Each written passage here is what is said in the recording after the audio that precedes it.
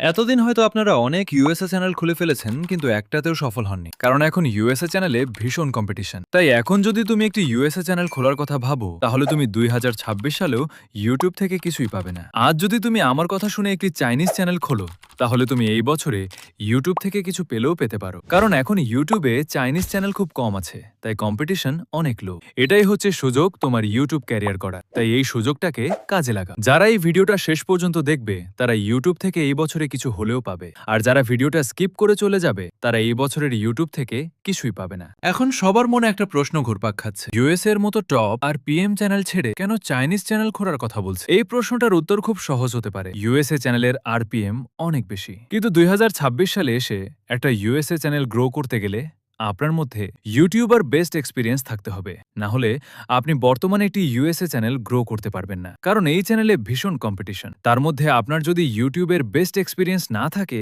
তাহলে আপনি এই ভিড়ের মধ্যে গভীর সমুদ্রে হারিয়ে যাবেন। কিন্তু আমি আপনাকে যে চ্যানেলটির কথা বলছি, এই চ্যানেলে খুব অল্প সংখ্যক চ্যানেল এখনো পর্যন্ত ইন্ডিয়া থেকে রান করা হচ্ছে, তাই এটাই হচ্ছে আপনার সুযোগ মেজর ইউটিউব ক্যারিয়ার করার। তো চলো আর সময় ওয়েস্ট না করে মেন ভিডিওতে যাওয়া যাক। তো প্রথমে তোমরা তোমাদের ইউটিউব চ্যানেলটি ক্রোমে ডেস্কটপ সাইটে ওপেন করে নেবে।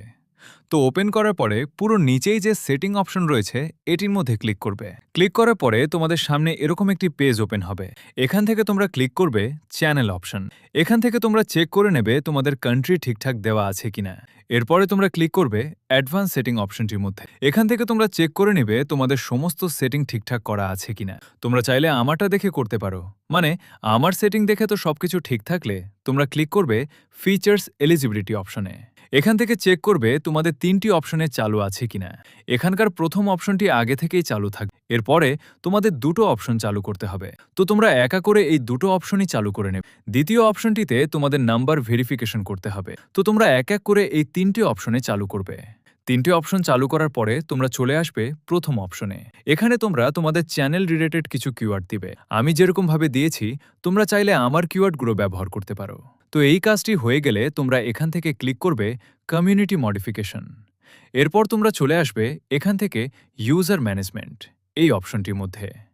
এখান থেকে তোমরা ক্লিক করবে স্ট্যান্ডার্ড মডারেটরস অপশনটির মধ্যে। এখানে তোমাদেরকে তোমাদের চ্যানেল রিলেটেড কিছু চ্যানেলের নাম দিতে হবে। তো আমি এখান থেকে আমার চ্যানেল রিলেটেড কিছু চ্যানেলের নাম দিয়ে দিচ্ছে। তোমরা চাইলে এই নামগুলো ইউজ করতে পারো। তো বুঝতে পারলে কিভাবে একটি চাইনিজ চ্যানেল ক্রিয়েট করতে হয়। তো ভিডিওটি পর্যন্ত কি ছিল।